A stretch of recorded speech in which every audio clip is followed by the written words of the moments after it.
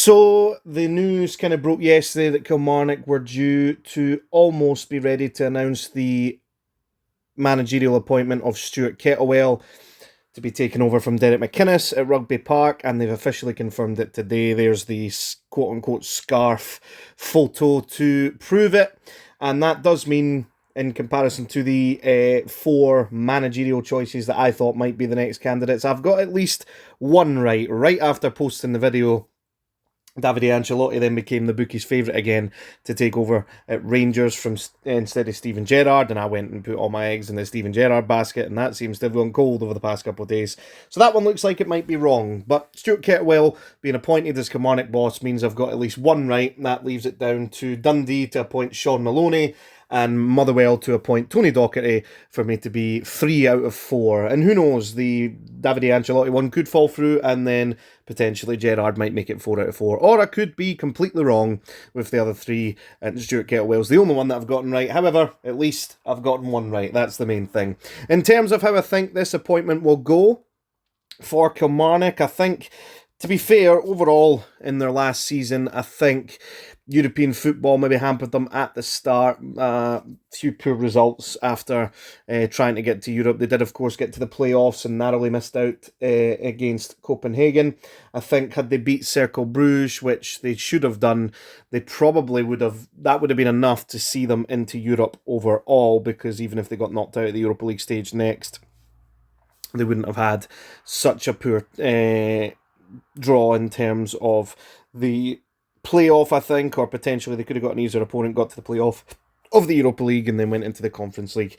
But they did have a poor start to the season thanks to the European football. They never really picked it up overall. The disciplinary issues, 9 red cards this season, VAR being a problem could be an impact on that, where there was wrongful sending offs at times.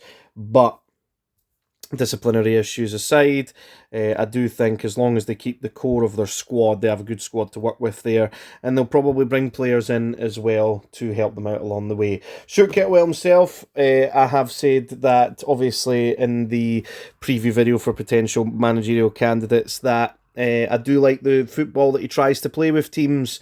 When he was at Motherwell, they were trying to do that. They had a lot of injury issues, which didn't help them. But there is the criticism that he has only one way of playing and he doesn't have a plan B, and sometimes his substitutions are wrong. So we'll see if that comes to fruition again as Kilmarnock boss. But overall, I think he will have a pretty good season with Kilmarnock. They don't have the European football this time around. They will have to this time, they'll go into the League Cup group stages because of that. So we'll see what kind of pre-season they have and what kind of business that they can do in the transfer window. Of course, with Derek McInnes going to Hearts, there's always going to be rumours of potential big players from Kilmarnock going to Hearts, your likes of Danny Armstrong, Stuart Findlay, Robbie Dees, Lewis Mayo, Brad Lyons, all those guys, David Watson included, will be linked with Hearts throughout the entirety of the window, you would imagine. But if they can keep a hold of a good core of their squad, like I said, and sign well, then I don't see why it can't be a pretty successful season for Kilmarnock. What does translate as a successful season?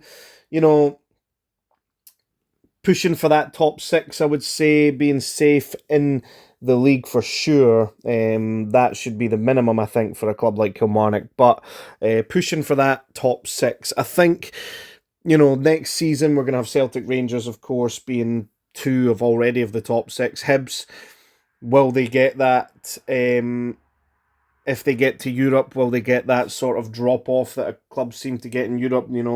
That Kilmarnock and Hearts, suffered from this season. Aberdeen, of course, getting that guaranteed European football thanks to the Scottish Cup win.